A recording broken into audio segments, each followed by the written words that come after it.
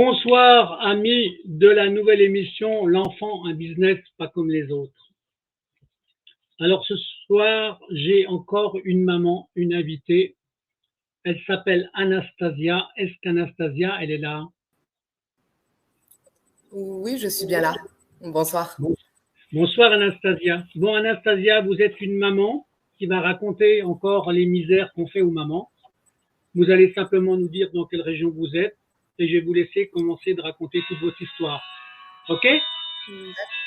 Ok. Allez-y, allez-y. Du coup, j'habite à Marseille, dans les Bouches-du-Rhône. Et par rapport à mon histoire, le 20 mars 2022, j'ai subi une fausse couche. Suite à ça, j'ai eu beaucoup de problèmes de santé.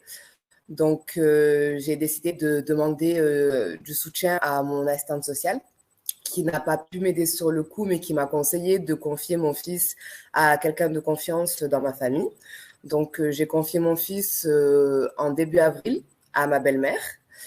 Il devait rester chez ma belle-mère environ 2 mois, le temps que je me rétablisse correctement. En début mai, j'ai une nouvelle éducatrice de l'AEMO de la sauvegarde 13 qui a repris mon dossier. Cette éducatrice, je n'ai jamais rencontrée vu qu'elle ne m'a jamais proposé de rendez-vous. J'ai pu échanger avec elle 2 fois au téléphone et ça a été des échanges qui n'ont pas été très concluants. Suite à ça, cette même éducatrice a déposé un rapport mensonger auprès du juge des enfants qui a ordonné le placement de mon fils le 20 juin 2022. Donc, ils sont partis chercher mon fils. Dites-moi. Juste pour savoir, elle s'appuie sur quoi comme type de mensonge? Vous aviez le rapport mensonger ou pas? Oui, j'ai lu le rapport. Elle dit qu'elle ne sait pas où j'habite, que je refuse de travailler avec elle, que je refuse de rentrer en contact avec elle, de lui transmettre les coordonnées de ma belle-mère. Et elle demande que mon fils soit recherché par voie de police. Donc ça, c'est le rapport qu'elle a déposé au juge. Quand j'ai reçu l'ordonnance du juge 2 jours après le placement de mon fils, sur l'ordonnance du juge, ce qui était clairement écrit, c'est que les services du 51, puisque ma belle-mère à qui j'avais confié mon fils habite dans le 51, donc on dit que les services du 51, les services sociaux du 51 ont fait un signalement, que l'école maternelle de mon fils aurait fait un signalement. Tout de suite, moi, je me suis entretenue avec les personnes concernées qui ont toutes démenti les faits. Donc, j'ai immédiatement déposé une plainte contre cette éducatrice. Suite à ça, j'ai eu le droit de voir mon fils 2 fois par mois pendant 1 heure. Donc, 2 visites de 1 heure dans le mois. La dernière fois que j'ai vu mon fils, c'était le 26 août 2022. Pendant cette visite, j'ai retrouvé mon fils dans un état catastrophique. Il avait des sécheresses cutanées, il avait des plaques sur tout le corps, il avait des bobos, il avait des poux dans les cheveux. Du coup, à la fin de la visite, je me suis énervée. Donc, j'ai demandé aux éducatrices pourquoi mon fils était dans cet état-là. Bien sûr, je n'ai pas eu de réponse. Elles m'ont dit qu'elles allaient en parler avec la famille d'accueil, mais voilà, c'est tout. Suite à ça, tout le long du mois de septembre, je n'ai pas reçu de planning pour voir mon fils et à la fin du mois de septembre, on m'a informé que le juge suspendait mes visites. Donc, à partir de ce moment-là, j'ai quasiment plus eu de nouvelles de mon fils. J'avais pas le droit de le voir ni par vidéo, ni de l'avoir au téléphone. Et j'ai pas vu mon fils pendant 7 mois. Donc, bien sûr, j'ai déposé un appel qui a eu lieu le 13 octobre 2022. Lors de cet appel, sur les conseils de mon avocat, je n'ai pas remis le placement en cause, mais j'ai demandé à ce que mon fils soit placé sur Marseille, puisque la juge a trouvé bon de placer mon fils dans le 51, sur prétexte qu'il ne savait pas où j'habitais, alors qu'à plusieurs reprises, ils se sont rendus à mon domicile et que j'ai partagé à plusieurs reprises des justificatifs de domicile. Ils se sont aussi servis du prétexte que mon fils habiterait dans la Marne, que le père de mon fils habiterait dans la Marne, alors que le père de mon fils habite en Seine-et-Marne. Donc, il y a eu une erreur de région. Donc, durant la cour d'appel, j'ai demandé à ce que mon fils revienne sur Marseille et qu'on remette mes droits de visite. Et toutes mes demandes ont été refusées, malgré le fait que le rapport des éducateurs des services sociaux de la Marne demandait à ce que mon fils revienne à Marseille. Donc, ils n'ont pas du tout écouté le rapport des services sociaux, qui est d'ailleurs arrivé avec 2 jours de retard. En ayant reçu du coup la décision de la cour d'appel, moi et mon avocat, on a été un peu choqués de cette décision. Donc mon avocat a décidé d'aller au tribunal de Marseille pour s'entretenir directement avec la juge des enfants en charge de mon dossier.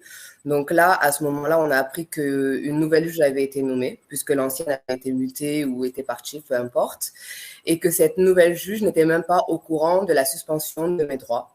Donc, cette nouvelle juge m'a accordé une audience en urgence le 8 décembre 2022. Lors de cette audience, je suis restée assez calme et courtoise, vu qu'on m'avait déjà enlevé mes visites après m'être énervée par rapport à l'état de mon fils. Donc, cette juge a ordonné le retour de mon fils sur Marseille et elle m'a remis des droits de visite et d'appel à partir du moment où mon fils serait sur Marseille. Donc, moi, je me suis aussi plaint des services sociaux du 51 qui m'ont donné aucune nouvelle pendant tous ces mois. C'est-à-dire que du mois d'août au mois de septembre, j'ai reçu 4 mails pour me dire que mon fils allait bien, qu'il n'avait besoin de rien, que tout se passait bien et rien de plus, pas plus de détails. J'ai pas reçu de photos, de nouvelles pour son anniversaire, ni de photos pour son anniversaire, absolument rien du tout. Donc, je m'en suis plaint à la juge qui a demandé aux services sociaux de plus travailler avec moi sur le lien entre moi et mon fils. Donc, une semaine après le jugement, je n'ai reçu aucune nouvelle, donc j'ai décidé de me déplacer dans la Marne directement pour savoir où ça en était. J'en ai profité pour déposer des cadeaux de Noël à mon fils le 15 décembre 2022. Ces cadeaux lui ont été remis le 31 décembre 2022, donc bien en retard. L'éducateur s'est engagé à envoyer des photos et des nouvelles, vu que je n'ai absolument reçu encore. Je me suis à nouveau déplacée le 31 décembre 2022, où j'en ai profité pour apporter des habits à mon fils. Suite à ça, l'éducateur a fait un petit peu d'effort pour me donner un petit peu plus de nouvelles, mais c'était des nouvelles assez minces, quoi. Après ça, un mois après en fait l'audience, je n'ai toujours pas reçu l'ordonnance du juge qui s'était engagé à la rendre tout de suite après l'audience. Donc, pour que l'enfant revienne à Marseille, c'est ça, c'est cette oui, pour que ordonnance-là. l'enfant revienne à Marseille, elle devait rendre son ordonnance pour que les services sociaux de Marseille puissent se mettre en relation avec des familles d'accueil et trouver une famille d'accueil pour mon fils à Marseille. Donc, j'ai pas reçu l'ordonnance, j'ai attendu un mois. Donc, j'en ai informé mon avocat qui a envoyé des courriers au juge qui sont restés sans réponse. Je me suis déplacée au tribunal, j'ai déposé une lettre à l'accueil pour la juge pour lui demander où en était son ordonnance.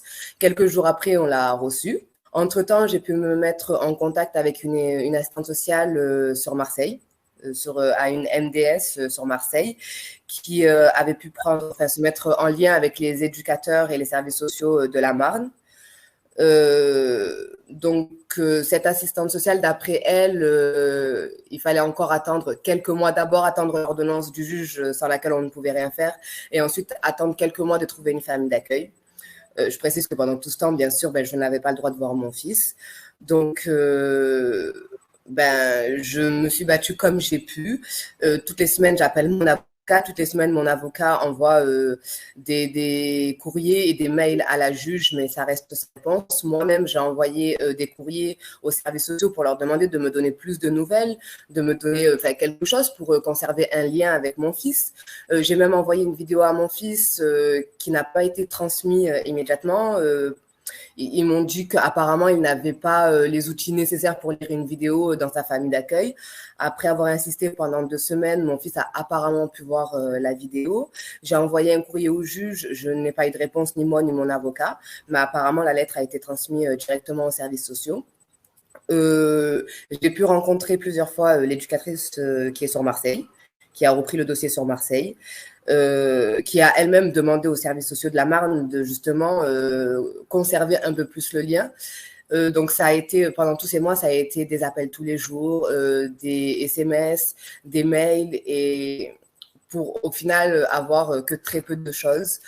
Donc là, à la fin du mois de mars, l'éducatrice en charge de mon dossier sur Marseille a enfin trouvé une famille d'accueil.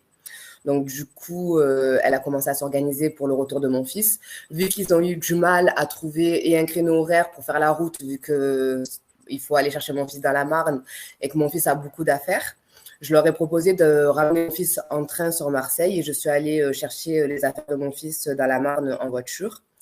Et après tout ça, en fait, après 7 mois sans voir mon fils, j'ai pu enfin le revoir aujourd'hui. Donc cet après-midi, j'ai pu revoir mon fils pendant 1 heure. Et Ça faisait combien de temps, franchement, que vous l'aviez pas vu, Anastasia? Ça faisait combien de temps? ça faisait, ça faisait 7 mois que je ne l'avais pas vu depuis le 26 août 2022. D'accord.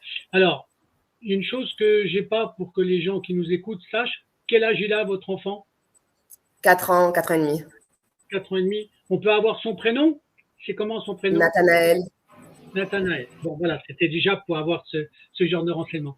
Donc là, vous l'avez vu, ça veut dire que pour que j'arrive à faire le comparatif, le juge qui avait décidé de ramener l'enfant à Marseille, l'ordonnance qui donne ça, elle a été éditée, elle a été rédigée quand, à quel moment?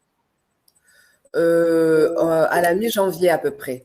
À la L'audience, elle s'est mi-janvier. tenue le 8 décembre et l'ordonnance a été rendue en mi-janvier. Je ne sais plus exactement quel jour, mais c'était D'accord. en mi-janvier. Ça veut dire qu'entre le moment de l'ordonnance et la vraie arrivée du fils à Marseille, ça a mis plus de 2 mois, presque 3 mois.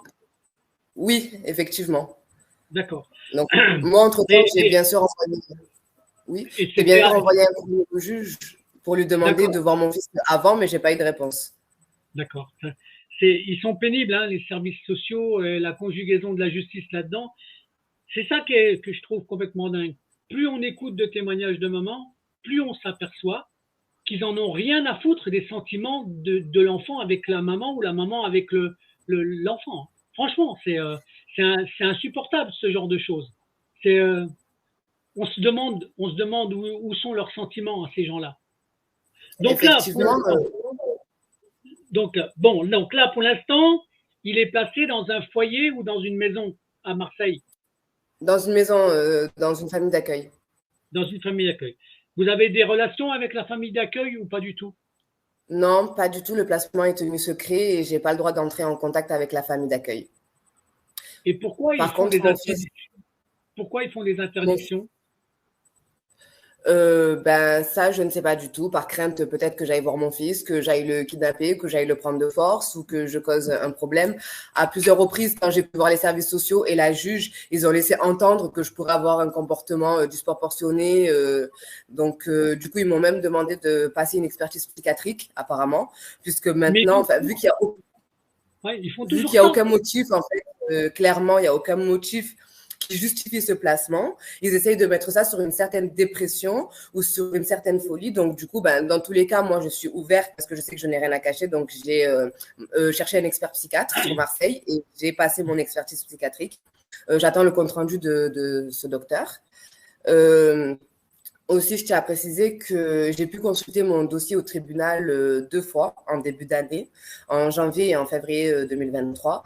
Et dans mon dossier, j'ai retrouvé des documents, des documents assez choquants, des mails échangés entre la DGS de la Marne et la juge de Marseille, où les éducateurs de la Marne lui disent qu'elle a fait une erreur, qu'elle n'aurait jamais dû placer mon enfant dans la Marne, surtout en prétextant le rapprochement du domicile paternel, sachant que le père de mon fils habite dans un autre département et qu'en plus de ça, le père de mon fils n'a plus d'autorité parentale par jugement JAF depuis 2020. Donc, il n'aurait jamais dû être pris en compte. Ils disent à la juge de ramener mon fils sur Marseille. Ils disent à la juge que mon domicile est bien connu, que j'ai encore fourni un justificatif de domicile qui correspond à tous les autres justificatifs de domicile que j'ai pu avoir.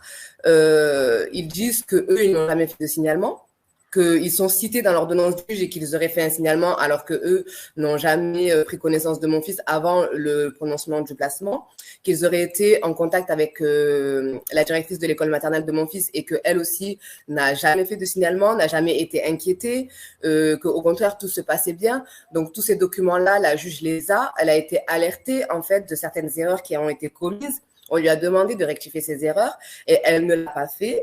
À un certain moment donné, la juge envoie même une lettre aux services sociaux en disant que elle attend un retour de leur part parce que effectivement les faits, les éléments qui lui parviennent à ce moment-là ont l'air bien moins inquiétants que ceux mentionnés lors de la première audience et que est-ce que oui ou non on doit maintenir le placement. Mais à ça, il n'y a eu aucune réponse. Donc c'est des documents que j'ai copiés, que je n'ai pas le droit de prendre en photo, mais j'ai le droit de les…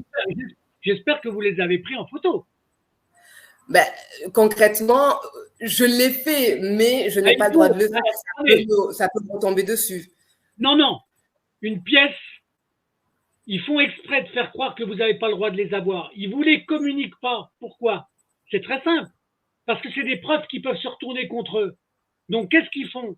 Ils font une menace en disant que si vous en avez une copie, vous pourriez être attaqué en justice. Mais c'est une pièce de procédure. Une pièce de procédure au niveau du contradictoire. Vous avez le droit d'avoir les pièces. Mais c'est pour ça qu'ils ne veulent pas vous les donner. C'est pour ça. Je sais bien, mais en tout cas, à l'heure actuelle, je n'ai pas le droit de le faire. Je l'ai fait quand même. Je les ai transmises à certaines personnes. Il y a une enquêtrice qui m'a rappelé, une enquêtrice du commissariat de Marseille du 14e qui m'a rappelé concernant la plainte que j'ai déposée contre la première éducatrice. Donc, ma plainte a été traitée. J'ai pu être auditionnée. Cette éducatrice a aussi pu être auditionnée. Cette éducatrice, elle reste sur ses positions. Pour elle, elle n'a pas menti alors que j'ai des preuves irréfutables contre elle, puisque elle a dit que je ne voulais pas répondre à ses appels ni à ses messages. Elle a dit que je ne voulais pas lui donner les coordonnées de ma belle-mère alors que j'ai des SMS où je lui envoie le numéro de ma belle-mère, des SMS où je réponds à ses demandes. J'ai des appels où j'ai essayé de l'appeler pendant des jours et des jours, j'ai eu aucune réponse. Pourtant, elle se permet d'avancer ces faits-là. Elle a pu aussi parler avec ma belle-mère pendant tout ce temps. Elle devait aussi prendre contact avec des éducateurs dans la Marne pour qu'ils continuent leur enquête, mais rien n'a été fait. Donc là, pour l'instant, je suis dans l'attente d'un retour du procureur de la République par rapport à la suite qui va être prise par rapport à cette plainte. J'ai aussi fait plusieurs signalements au siège social de la Sauvegarde 13 concernant cette éducatrice. J'ai eu aucun retour, aucune réponse. J'ai essayé de rentrer en contact avec son chef de service à plusieurs reprises qui m'a un peu zappé au début, mais ensuite qui a commencé à un peu plus me prendre au sérieux, m'a proposé un entretien, sauf qu'il a annulé l'entretien 3 jours avant en me disant que j'avais déposé une plainte, qu'il y avait une procédure en cours. Donc du coup, il a annulé notre entretien. Donc je n'ai jamais pu le rencontrer. J'ai aussi fait plusieurs… Alors, Anastasia, c'est parce qu'ils se protègent entre eux. Hein. C'est parce que… Ah, mais ça, effectivement, j'ai très bien vu. J'ai vu qu'ils se protégeaient entre eux parce que quand je l'ai eu au téléphone et que je lui ai fait part de ça, il m'a dit, et alors, qu'est-ce que vous voulez que je fasse? J'ai dit, vous avez un élément dans votre équipe qui abuse de son pouvoir, qui fait des dénonciations calomnieuses. Ce n'est pas normal. C'est à vous de prendre des mesures disciplinaires quand je vous fais un signalement. Et il m'a dit, oui, mais de toute façon, c'est pas la seule éducatrice avec qui vous avez eu des problèmes. Vous avez eu des problèmes avec vos précédents éducateurs, alors que les rapports de ces précédents éducateurs, des rapports qui me sont favorables, où l'éducateur dit qu'il arrive à travailler avec moi, qu'il s'est rendu plusieurs fois à mon domicile, que tout se passe bien, que je suis une maman, qu'il n'y a rien à dire, quoi. Il n'y a que ce rapport-là de cette éducatrice qui n'est pas normal. Bon, voilà. Mais, donc, alors moi, je suis pour la dénonciation comme vous faites, d'accord? À la limite, c'est ça qui est incroyable, ce serait de dire, mais ça, c'est vous, c'est votre problème, c'est d'avoir le nom des bons éducateurs avec qui vous entendiez bien et de donner le nom de celle qui ment, en fait, qui fait des rapports mensongers. Moi, j'en suis arrivé à ce stade-là. Ah ben, si vous avez envie. Moi, les deux, vous m'avez dit que vous aviez eu des rapports excellents avec les anciens rapporteurs, d'accord?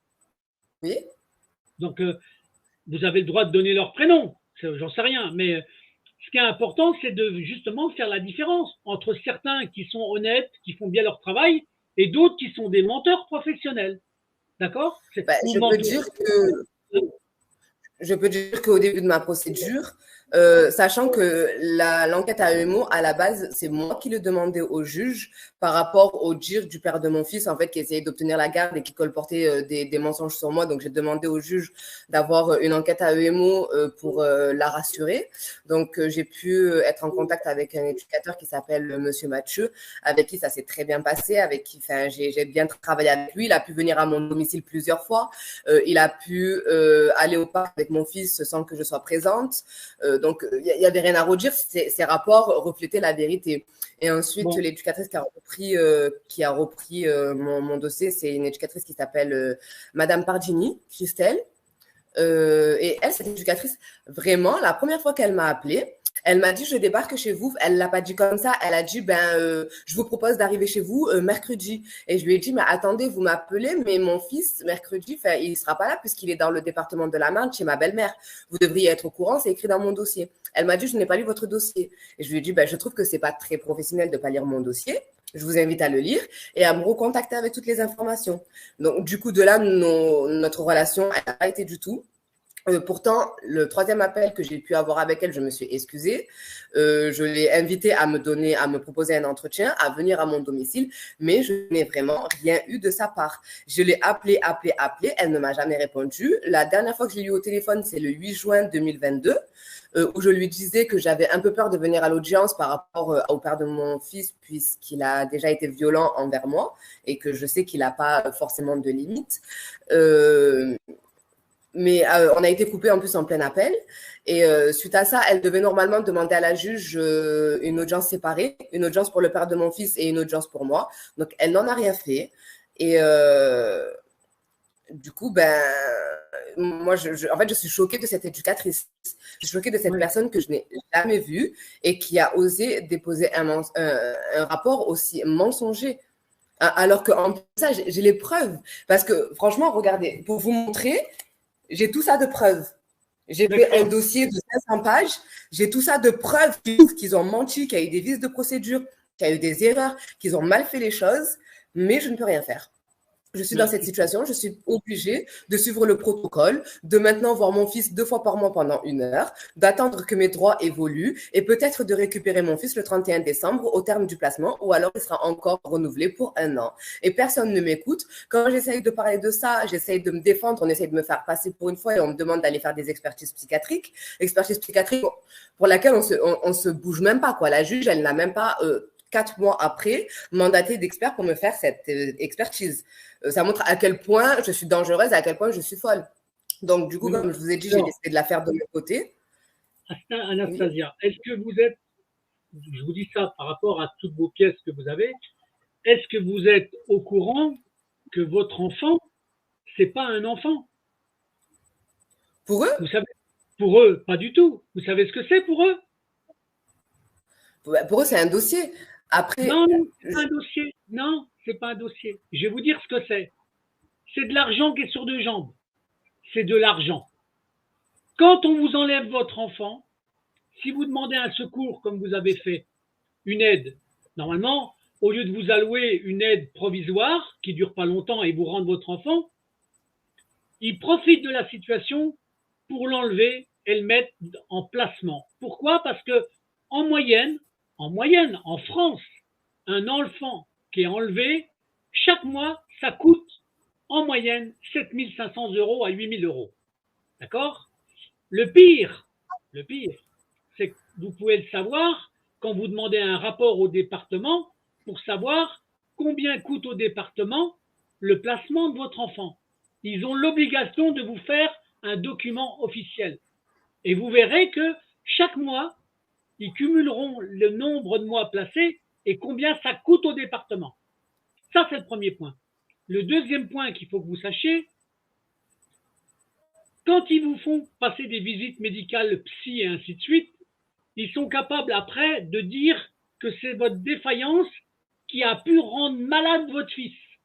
D'accord?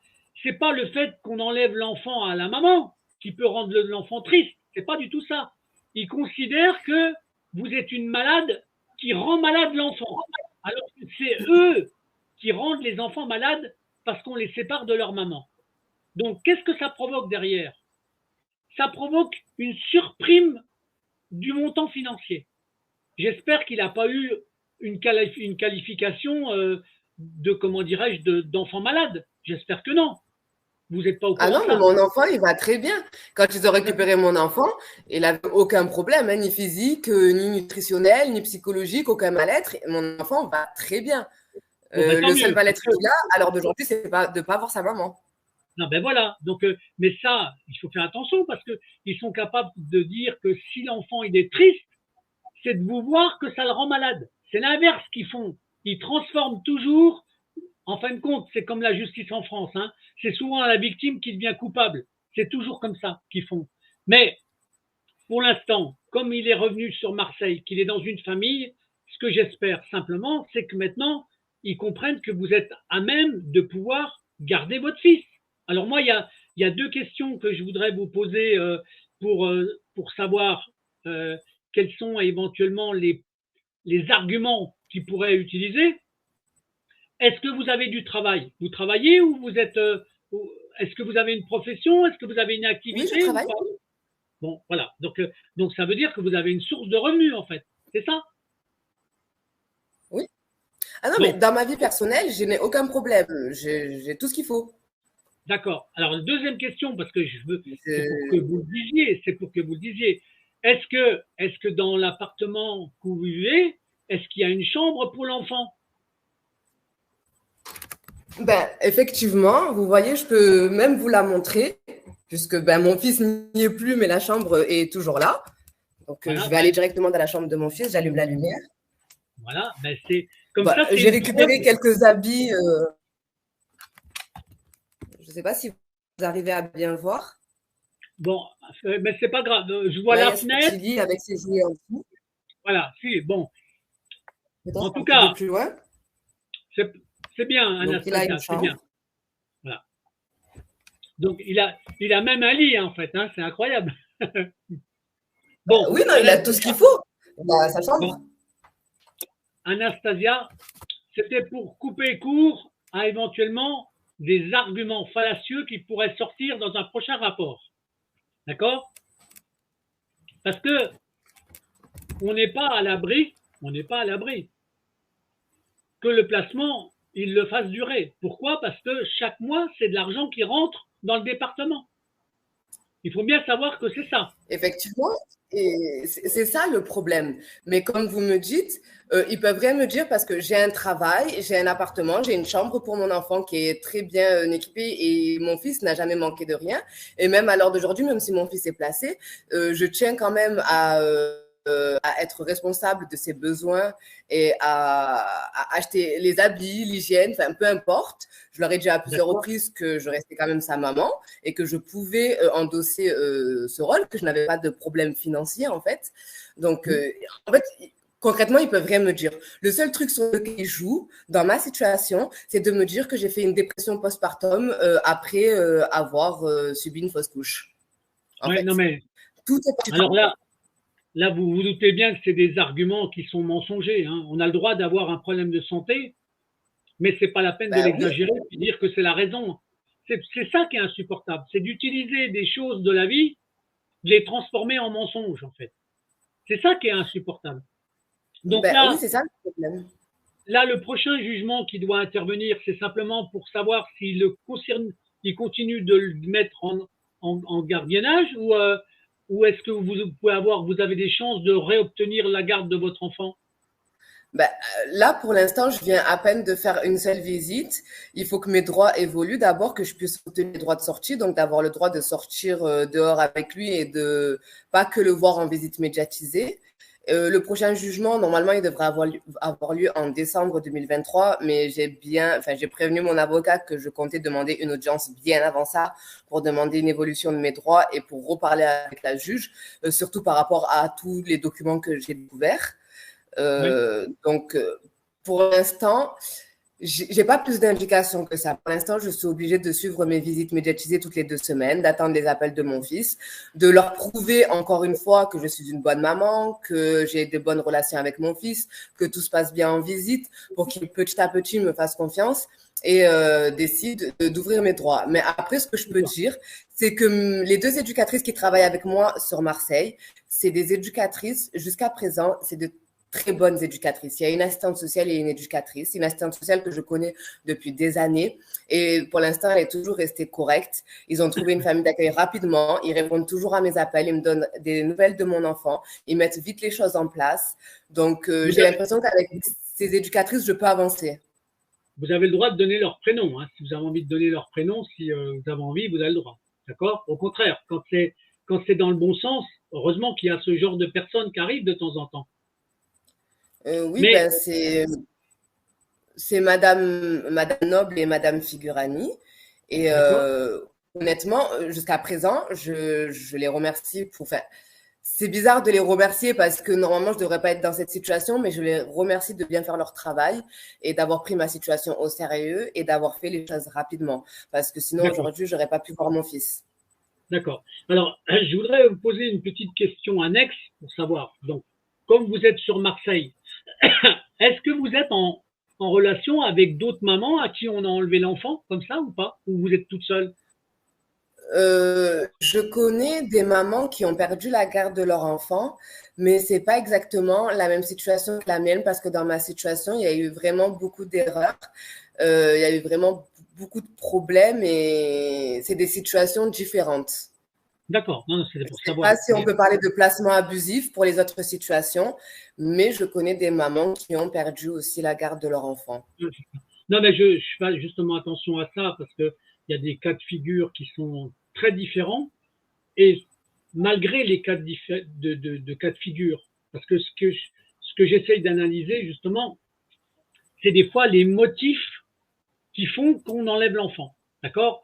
Et des fois, ça se rapporte uniquement, enfin, ça se rapporte. C'est un rapport de services sociaux qu'il donne au procureur qui fait qu'on enlève un enfant. Il y a des fois, sauf qu'il y a des fois, il y a des rapports qui sont vraiment mensongers. Je pourrais vous donner des cas écrits dans des rapports, des motifs pourquoi on enlève des enfants. Il y a des fois, c'est des aberrations, mais qui sont incroyables. Je peux vous donner, par exemple, un exemple qu'on enlève un enfant à une maman parce que la maman, elle aime trop son enfant. Il y a trop On d'affect. me l'a déjà dit ça aussi au début du placement. On m'a dit vous êtes dans l'excès dans l'éducation de votre enfant, ça doit être stressant à long Non, non, terme mais tous ça, les jours. alors ça, pour moi, c'est un Carrément. mensonge. Une maman a le droit d'aimer son enfant. Quoi barre. Et les services sociaux, ils ferment leur Ben gueule oui, avec ça. D'accord? Après, je vous donne un autre exemple. Un autre exemple. D'accord? On est capable d'enlever un enfant dans une famille parce qu'il y a 3 chats dans la maison. c'est Trois un peu chats. excessif, Non, mais très excessif même. ils ont dit que comme il y avait 3 chats, Non, il y avait un manque d'hygiène. Non, mais franchement, oui, en fait, franchement. ils enlèvent les enfants pour rien et les enfants qui ont vraiment besoin d'aide, eh ben, eux, ils restent en danger dans les familles, ils subissent des violences et les enfants qui vont très bien, ils sont enlevés. Franchement, c'est choquant et c'est très, très bizarre. C'est exactement C'est, ça. franchement, C'est exactement ça. Donc, je et ça, comprends vraiment pas pourquoi ça tombe comme ça. c'est des motifs. Alors, bien sûr que quand on fait parler des mamans ou des papas, parce qu'il y a aussi des papas qui témoignent, d'accord, au fur et à mesure qu'on voit les mensonges qu'ils utilisent, les motifs, il y a des fois, ça fait même plus sourire. Hein. C'est pas drôle. Quand on constate des fois les motifs, je vous garantis que c'est pas drôle. Mais là, donc, la suite, donc maintenant, donc vous attendez, maintenant, vous essayez d'accélérer le prochain rapport au lieu que ça soit le mois de décembre, que ça soit plus tôt, en fait. C'est ça? Ben, oui, que ça soit plus tôt et que mes droits évoluent. Parce que si j'ai pas eu le temps de faire évoluer mes droits d'ici le mois de décembre, si au mois de décembre, je suis toujours aux visites médiatisées, au mois de décembre, je sais très bien que le placement de mon fils va être renouvelé. Au mois de décembre, les éducateurs doivent être prêts à dire à la juge, elle est sortie avec son enfant a droit chez elle, elle a un appartement adéquat pour accueillir son enfant, elle est prête à récupérer son enfant. Parce que D'accord. sinon, mais après, de toute Est-ce que façon, depuis le début, je suis acharnée, je fais vraiment tout ce qu'il faut. J'ai fait des allers-retours dans la Marne quand il le fallait. Je suis présente, j'appelle toutes les semaines, pratiquement même tous les jours. J'envoie des mails, j'envoie des lettres. Je fais tout ce qui est en mon pouvoir, en non, fait, c'est pour bien, essayer de c'est me bien. faire entendre et essayer de faire avancer la situation. Mais après, je sais très bien qu'il n'y aura peut-être pas de résultats. Il n'y aura peut-être pas de résultat puisqu'ils ont tendance à tous, tout étouffer en fait et à ne pas reconnaître leur erreur. D'ailleurs, Non, mon mais avocat me le dit aussi. Mon avocat me dit franchement, si vous voulez aller dans ce sens-là, je vais vous soutenir et on va aller dans ce sens-là, mais ne vous attendez pas à avoir un résultat parce qu'en général, ça ne fonctionne pas. En général, ben, l'État, la justice fait ce qu'ils veulent et ben, les gens subissent. d'accord. Mais Mais moi, je ne bon, peux pas vous me savez, résigner à ça. Anastasia, c'est pour ça que les témoignages de mamans sont très importants. Moi, plus je publie de témoignages, plus les mamans, elles envoient ça, elles envoient des fois toutes les séries, les dernières mamans, d'un seul coup à des juges, en expliquant ce qu'on est capable de faire à des mamans, hein, d'accord? Mais quand on voit le cumul des mensonges qui circulent et des services sociaux, parce que la chance que j'ai, c'est que non seulement j'ai des mamans qui témoignent, mais j'ai aussi des fois des couples, papa-maman, et j'ai aussi ce qu'on appelle des alerteurs historiques qui racontent comment on enlève les enfants en France depuis Louis XIV. D'accord? C'est pas d'hier, hein? le mécanisme de l'enlèvement des enfants, c'est un business en France depuis très longtemps. Très longtemps. D'accord? Après, vous avez quoi? Vous avez aussi ce qu'on appelle la perversité qu'on est en train de faire à l'école, avec l'enseignement de la sexualité, même dans les maternelles. D'accord? Il faut montrer que toutes les choses sont liées. Le dysfonctionnement des services sociaux, il est attaché au dysfonctionnement même de la justice, et voire même de temps en temps de la perversité de certains services sociaux. Donc maintenant, moi, je suis content que vous témoigniez parce que pour moi, c'est important, surtout que vous avez l'air d'avoir un dossier quand même qui est plutôt solide. Vous avez une situation qui a l'air bien et vous avez un lieu de résidence qui permet d'avoir votre fils. D'accord? Eh bien ça, il faut le prouver, il faut le démontrer. Eh bien oui, mais c'est important. Mais tout ça, ils le savent déjà. Ouais, tout ça, ils le savent déjà et toutes les preuves, ils les ont. Mais quand je dépose des preuves dans les dossiers, on fait semblant de ne pas les voir. Donc, qu'est-ce que je peux faire de plus?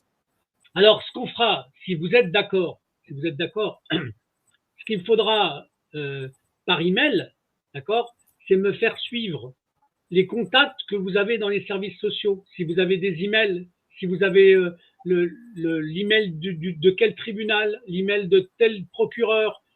Moi, je peux, en tant qu'alerteur, d'accord, je peux aussi leur poser des questions. Ça peut aider, hein. C'est pas pour vous nuire, au contraire. C'est une question d'ordre, on va dire, d'ordre du système. Pourquoi on en est arrivé là en France? D'accord? Ça peut être très important. Et je me souviens d'avoir fait, par exemple, je vous donne un exemple, hein, dans une autre juridiction, parce que ma spécialité à l'origine, c'était le monde de la mafia des tribunaux de commerce. Vous savez qu'il y a des magouilles avec les tribunaux de commerce qui volent les entrepreneurs. C'est le même mécanisme qui vole les entreprises, qui vole les enfants aux parents. C'est pareil. C'est le même mécanisme. Eh bien, quand vous envoyez une vidéo d'un témoin directement au juge, ça peut changer la donne. Et moi, ça m'est arrivé de le faire. Hein? Non, mais c'est mon objectif. Si je témoigne aujourd'hui, déjà, c'est pour faire avancer ma situation, pour aider peut-être les futures mamans qui sont dans cette situation. Mais c'est bien sûr mon objectif. Cette vidéo, je compte bien la partager un maximum. Je compte bien l'envoyer à toutes les personnes à qui j'ai fait un signalement déjà auparavant. Et ne vous inquiétez pas, j'ai gardé tous les échanges avec tous les services auxquels j'ai eu affaire. J'ai gardé toutes les lettres, tous les mails, tous les appels. J'ai pratiquement tout, donc ça sera facile de vous les faire parvenir. Alors Anastasia, ce qui est important, c'est justement toutes ces pièces. Pourquoi? Parce que les pièces que vous avez qui constituent un dossier, ça empêche de vous attaquer pour diffamation. D'accord? Quand vous avez des pièces, donc celles-là, elles sont très précieuses. Et ils n'aiment pas quand on a des pièces. Pourquoi? Parce que ces pièces, elles se retournent contre eux. Surtout si vous avez des preuves qui prouvent qu'ils ont menti ou qu'ils ont manipulé la vérité. C'est ça qui est important. Et comme votre témoignage, il va se cumuler avec plein d'autres témoignages de mamans, parce que à chaque fois, c'est le même mécanisme, hein. Franchement, alors soit on a affaire à des gens qui sont incompétents, parce que ça arrive aussi, ils regardent même pas les dossiers, ils ont un mécanisme automatisé, mais ce que je trouve grave, mais vraiment très grave, c'est qu'ils tiennent jamais compte du sentiment de l'enfant vis-à-vis de la maman. Jamais. Pour eux, c'est pas un problème. C'est eux qui font mal à l'enfant, mais c'est tout juste si c'est pas vous qui êtes responsable. Hein? Et ça, moi, ça m'insupporte en fait.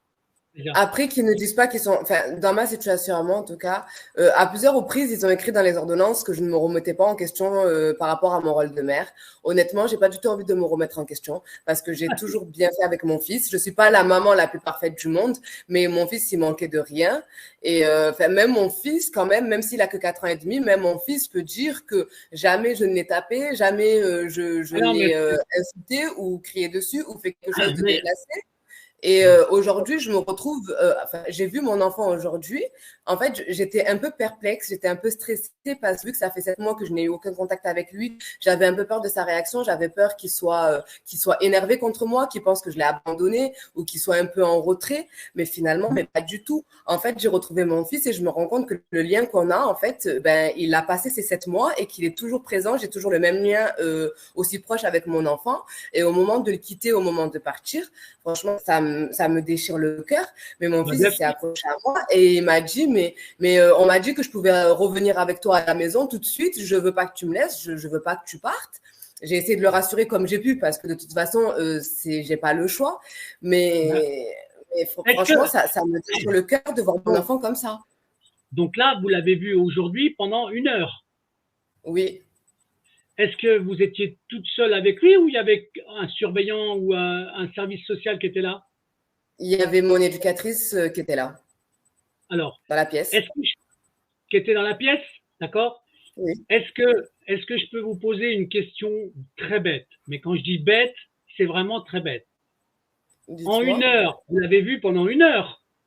Oui. Hein?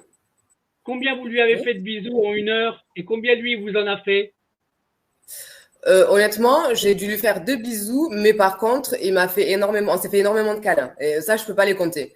Parce à plusieurs reprises, pendant 5 minutes, on s'est pas quitté des bras. Donc, il était vraiment très content de me revoir. Donc, du coup, c'est ça qui est important. Donc, à partir du moment où vous vous sentez, est-ce que la personne qui était du service social a vu que l'enfant était content de vous voir? Ah non, mais oui. Ah non, mais ça, tout le monde l'a vu. Non, mais mon fils, dès qu'il est rentré dans la structure, il a couru tout le long du couloir pour me sauter dans les bras. Il voulait plus descendre de moi. Tout le long, il a pas arrêté de me dire qu'il m'aimait trop, qu'il voulait être avec moi, qu'il voulait partir, qu'il voulait rentrer à la maison. Ça, c'est sûr que ça s'est vu que moi et mon fils ont un lien très fort, qu'il m'aime, qu'il se sent en confiance avec moi et que je suis sa maman, tout simplement. Voilà. Donc, j'ai envie de rentrer dans sa maison. Bon, ça fait du bien au moral, hein, ça. Ça fait du bien au moral, hein, franchement. C'est sûr que ça m'a fait du bien, franchement, de l'avoir dans mes bras, enfin, après tout ce temps, et de sentir que mon fils ne m'en voulait pas aussi. Bien sûr. Oui, parce que c'est ça qui est dangereux, en fait. C'est qu'à un moment donné, le fait qu'il crée la séparation, les sentiments peuvent s'effriter, en fait, entre la maman et l'enfant. Hein. C'est ce que je pensais. Moi, les miens, non, mais c'est ce que je pensais vis-à-vis de mon fils. Je ne savais pas comment il se positionnait, en fait, dans sa place d'enfant. Mais je me suis rendu compte qu'il ne comprend pas pourquoi il n'a pas le droit de venir avec moi. Mais il comprend que ce n'est pas de ma faute. Et en fait, ce temps-là, ces 7 mois, n'ont pas eu d'impact sur notre relation et sur notre lien. J'avais peur aussi de ne pas le reconnaître, puisque forcément, il a grandi pendant tout ce temps. Bien sûr, bien sûr. En fait, c'est comme si le temps n'était pas passé. Alors, Anastasia, je vais vous dire une petite anecdote d'un témoignage qui va avoir lieu dans très peu de temps. C'est pour vous montrer que ça confirme ce que vous venez de vivre, d'accord? C'est un papa et une maman qui vont récupérer leurs 2 enfants qui sont placés depuis des années, d'accord? Et le papa et la maman m'ont demandé de faire une émission avec eux et avec les enfants pour montrer comment leurs enfants aiment leurs parents. D'accord? Pour moi, c'est important. Et ils m'ont demandé de poser les questions aux enfants comme si j'étais un tonton, exactement pareil. D'accord? Mais ce qui est important, c'est de montrer justement les sentiments que l'enfant il a vis-à-vis de ses parents, son papa ou de sa maman. Ça, c'est important. D'accord? C'est pas des images qu'on voit souvent. Hein. C'est pas des images qu'on voit souvent. Mais pour pouvoir réveiller la conscience des gens, eh ben, il faut que les mamans témoignent, il faut que les papas témoignent, il faut que les parents témoignent. Et si en plus on peut avoir des témoignages d'enfants, eh ben, c'est encore mieux en fait. Mais voilà, donc il y a des images, vous savez, qui sont des fois très simples, hein, de montrer combien une maman aime ses enfants ou combien les enfants aiment leur papa ou leur maman, c'est très important. C'est des images qui sont importantes. Effectivement, et j'aurais bien aimé prendre tout ça en vidéo ou en photo, mais après, honnêtement, j'étais plus concentrée par prendre mon téléphone dans mes bras que de tenir mon téléphone. C'était des retrouvailles assez intenses. Mais j'en ai conscience. Mais peut-être, Anastasia, qu'un jour, ça viendra. Hein. D'un jour, vous me donnerez un rendez-vous en disant hey, je suis avec mon fils, regardez, il est gentil, il m'aime beaucoup. Peut-être. Peut-être qu'on pourra faire ça un jour, en fait. En tout cas, Anastasia, voilà, on a fait une émission. Je pense qu'on a fait le tour de votre sujet, en fait. Ou est-ce que vous avez encore 2-3 petites choses à dire? Non, je pense que j'ai tout dit à peu près. D'accord. Je pense qu'on a fait le tour. On a fait une synthèse. Moi, je trouve que le témoignage, il est parfait. Vous avez raconté un peu tout. Vous avez montré que vous aviez bien plein de pièces. Eh ben, en attendant, on va rester en contact. Je vais mettre une fin, je vais envoyer le générique de fin puisqu'on a fait le tour de la question et je vous enverrai les liens de cette émission-là puisque je vous le dis tout de suite, hein, je sauvegarde cette émission-là sur 3 réseaux et après ça va participer à 2 web TV avec qui je travaille qui balancent des fois mes émissions, d'accord? Donc notamment cette nouvelle émission qui s'appelle L'enfant, un business pas comme les autres. Même si j'ai d'autres émissions qui rentrent dans la catégorie de la vérité, puisqu'il y a aussi le puzzle de la vérité. Mais ce qui est important, c'est la parole des mamans. D'accord? Et plus on a de mamans qui témoignent, plus les services sociaux et les services juridiques feront attention de ce qu'ils disent et de ce qu'ils font. C'est ça la réalité. Donc j'espère que vous saurez utiliser ce petit témoignage, cette vidéo, que je vous enverrai en lien. Je pourrais peut-être pas ce soir, mais au pire demain matin vous l'aurez. D'accord? Parce que j'ai encore une émission ce soir à 21h avec une responsable d'un réseau qui protège le monde de l'enfance. D'accord? Hein? D'accord. Parce qu'il faut faire parler aussi les collectifs, hein, les collectifs qui se battent pour le monde des enfants. D'accord, Anastasia? Oui, j'ai vu les autres témoignages.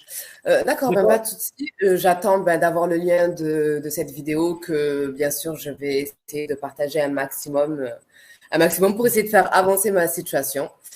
Eh ben, en tout cas, Anastasia, je vous remercie de ce témoignage et au plus tard demain matin, vous avez les liens de mise en ligne. D'accord? OK? D'accord. Merci beaucoup. Bonne soirée. Je m'autorise à vous faire un bisou et vous ferez un bisou la prochaine fois à votre fils de ma part. D'accord? OK? D'accord. Pas de souci. Merci beaucoup. Bonsoir, Anastasia. À bientôt. Bonne soirée. Merci. Au revoir.